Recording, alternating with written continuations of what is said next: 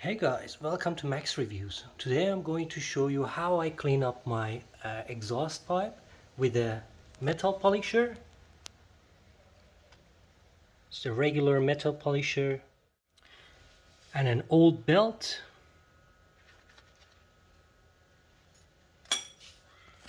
As you can see, I'm going to show you on this side how it works.